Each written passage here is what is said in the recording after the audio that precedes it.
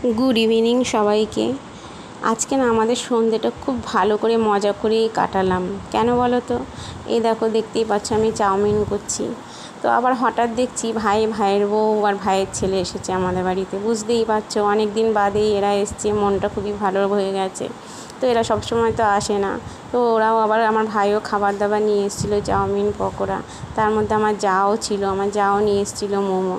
তো বুঝতেই পারছো সন্ধ্যেটা মানে কীরকম কাটবে। আর সত্যি কথা বলতে কী বলো তো, যেদিন হয় না চারদিক দিয়েই হয়।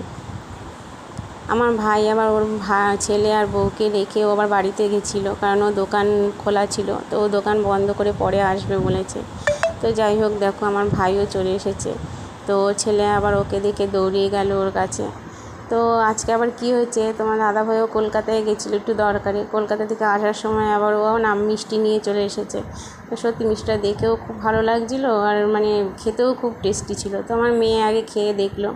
তো আমার মেয়ে আবার আমাকেও একটুখানি মুখে দিয়ে দিল। আমিও খেয়ে দেখলাম যে না, সত্যি মিষ্টিটা খুব টেস্টি ছিল। তো যাই হোক, মিষ্টিটা আমরা সবাই ভাগযোগ করে খেলাম। তো আমরা মিষ্টি খেতে থাকি। তো টাটা, বাই।